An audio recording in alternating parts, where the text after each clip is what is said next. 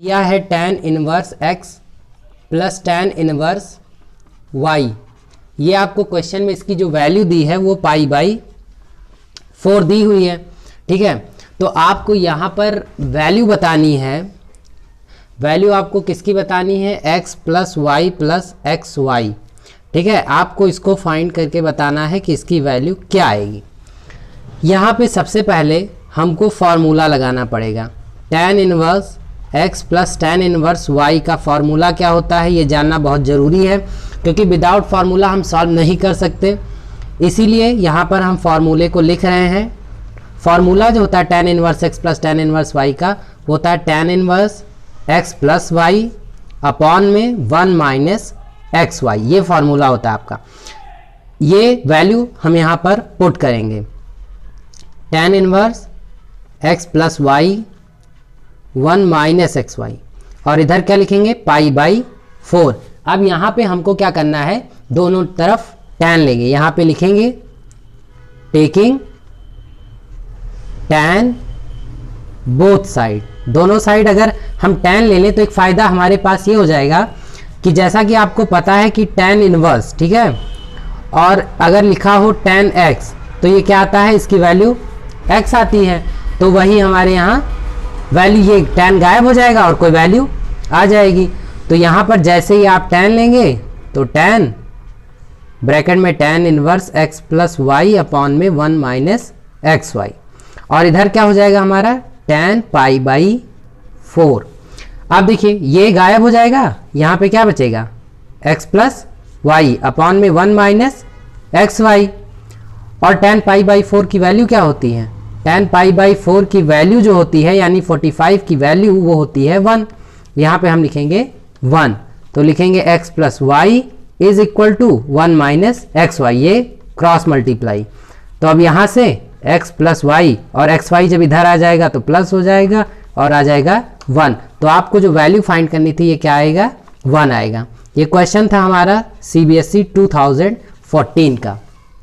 अब हमारा क्वेश्चन है CBSE 2011 का। इसमें हमसे पूछा गया है कि हमको इस टर्म की वैल्यू बतानी है कि इसकी वैल्यू क्या होगी। तो यहाँ पर देखिए, सबसे पहले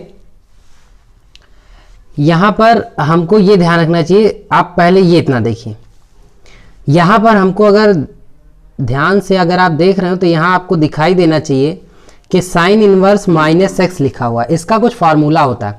अगर साइन इनवर्स माइनस एक्स दिया हो तो ये होता है माइनस साइन इनवर्स एक्स। ठीक है, ये फार्मूला होता है। इसको हम यूज़ करें अगर, तो देखिए यहाँ पे साइन इनवर्स -1/2 दिया है, तो यहाँ पे क्या हो जाएगा? Minus sine inverse 1/2। अब आप ये बताइए कि साइन में 1/2 किसकी वैल्यू होती है? साइन में 1/2 30 डिग्री की वैल्यू होती है। तो यहाँ पर हम लिखेंगे साइन π/6। इस तरीके से हम लिखेंगे। अब यहाँ पर फिर एक फार्मूले का इस्तेमाल है कि अगर साइन इनवर्स साइन x दिया हो तो इसकी वैल्यू x आती है। तो यहाँ पर माइनस पहले से है और इसकी जगह क्या आएगा? ये देखिए साइन इनवर्स साइन x लिखा है तो x आएगा, यानी π/6 आएगा।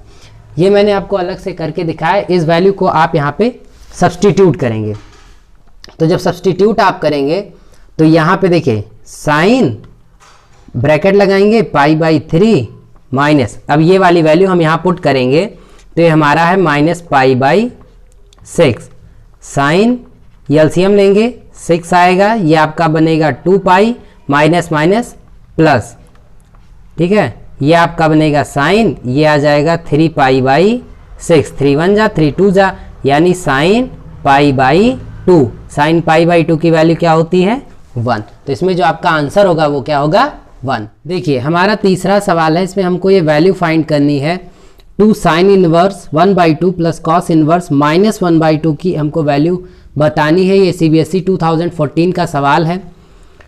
और यहाँ पर हम फिर एक फार्मूले का पिछले क्वेश्चन की तरीके से इस्तेमाल करने जा रहे हैं, क्योंकि हमें ये पता होना चाहिए कि अगर कॉस इनवर्स -x है तो इसकी value pi minus cos inverse x लिखा जाता है। ये फार्मूला होता है, इसको आपको याद करना पड़ेगा। देखिए अगर हम इसको इवैल्यूएट करें तो यहाँ पर हम क्या लिखेंगे? कॉस इनवर्स लिखेंगे -1/2, तो हमारा क्या हो जाएगा पाई माइनस कॉस इनवर्स 1/2, ये साइन गायब हो जाएगा। अब देखिए पाई वैसे ही रहेगा, हम इसको कॉस इनवर्स लिखेंगे।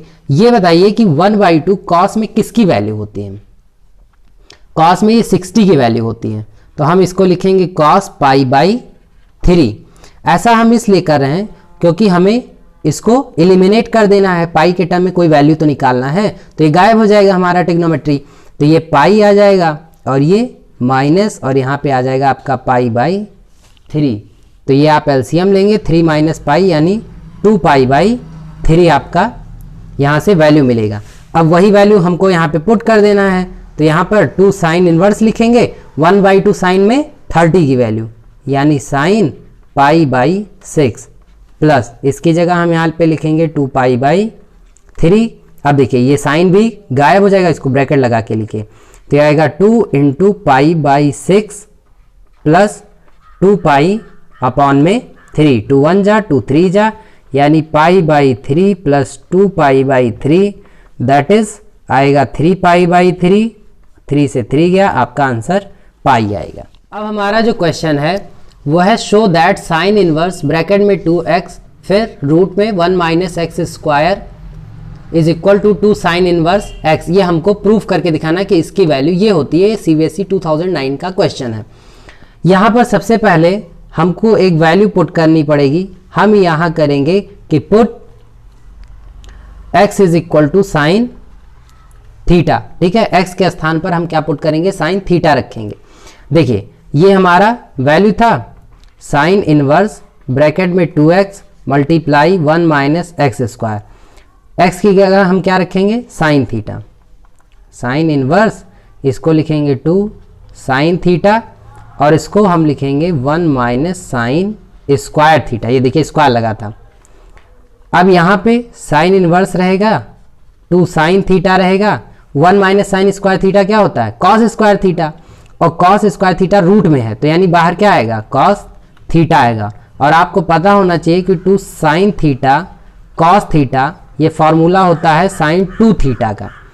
तो अब हम इस पूरे की जगह क्या रखेंगे? साइन 2 थीटा यानी साइन इनवर्स साइन 2 थीटा। यहाँ से जो हमारी वैल्यू आई वो 2 थीटा आई।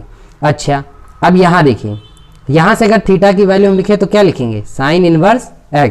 तो अब यहाँ पे नेक्स्ट लाइन में हम इसको थीटा को हटा के लिखेंगे साइन इनवर्स x, जो कि हमारा आंसर है या कहें आप प्रूफ हो गया। अब हमारा नेक्स्ट क्वेश्चन CBSE 2010 से है। tan इनवर्स ब्रैकेट में √3 plus cot inverse x is equal to π/2। यहाँ पे हमें x की वैल्यू बतानी है, यानी आपको क्या फाइंड करना है? आपको x फाइंड करना है। तो यहाँ पर हम एक फॉर्मूले का इस्तेमाल करेंगे जो कि होता है tan inverse x plus cot inverse x is equal to π/2। ये फॉर्मूला होता है। अगर यहाँ पे आप देखें तो tan इनवर्स x की वैल्यू क्या लिखी जाएगी? π/2 माइनस कॉट इनवर्स x, इसको लिखेंगे। अब देखिए इसी का उपयोग यानी इसके स्थान पर अभी इसको हम सॉल्व करेंगे थोड़ा सा। देखिए tan इनवर्स ब्रैकेट में √3 is equal to π/2 minus cot inverse x।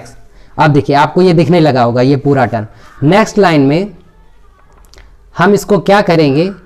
इस तरीके से पुट करेंगे और यहाँ पर इस पूरे टर्म को हटा करके हम लिखेंगे tan इनवर्स x। अब यहाँ से tan गया और हमको x की जो वैल्यू मिली वो क्या मिली? √3। अब हमारा जो क्वेश्चन है यहाँ पे हमको वैल्यू निकालनी है साइन इनवर्स ब्रैकेट में -√3/2 की। ये CBSE 2010 का क्वेश्चन है और CBSE 2011 का क्वेश्चन है साइन इनवर्स ब्रैकेट में -1/2।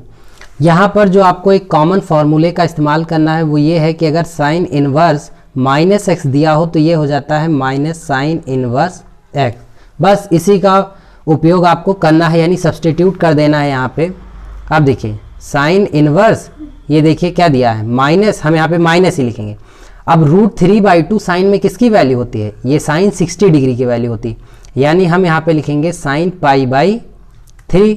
ठीक है, अब ये क्या हो जाएगा? इसको हम नेक्स्ट लाइन में इस फॉर्मूले को लिखेंगे तो हमारा आना चाहिए माइनस साइन इनवर्स हम लिखेंगे।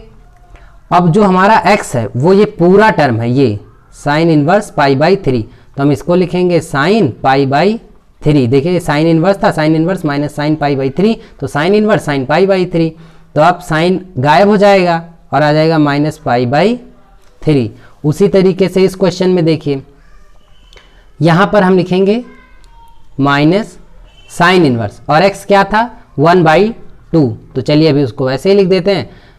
अब यहाँ पे हम माइनस साइन इनवर्स लिखेंगे 1/2, साइन में 30 डिग्री की वैल्यू होती है, यानी हम इसको लिखेंगे साइन पाई बाई 6, तो यहाँ से साइन गायब हो जाएगा तो माइनस पाई बाई 6 आ जाएगा। तो ये आपके दो क्वेश्चन थे। देखिए दोस्तों, अब हमारा जो क्वेश्चन है वो CBSE 2013 का है। इसमें हमको वैल्यू फाइंड करनी है tan इनवर्स, ब्रैकेट में 2 साइन, फिर ब्रैकेट 2 कॉस इनवर्स √3/2, फिर ब्रैकेट क्लोज है। यहाँ पे मैं लिखना चाहता हूँ वैल्यू √3/2 ये होती है कॉस में पाई बाई 6 यानी 30 डिग्री की वैल्यू। तो अब यहाँ पे हम क्या करेंगे, √3/2 के जगह हम लिखेंगे कॉस इनवर्स पाई बाई 6। तो चलिए लिखते हैं, बाकी के पूरे टर्म एज इट इज़ रहेंगे। यहाँ पे हम लिखेंगे 2 कॉस इनवर्स और √3/2 को हम क्या लिखेंगे कॉस पाई बाई 6।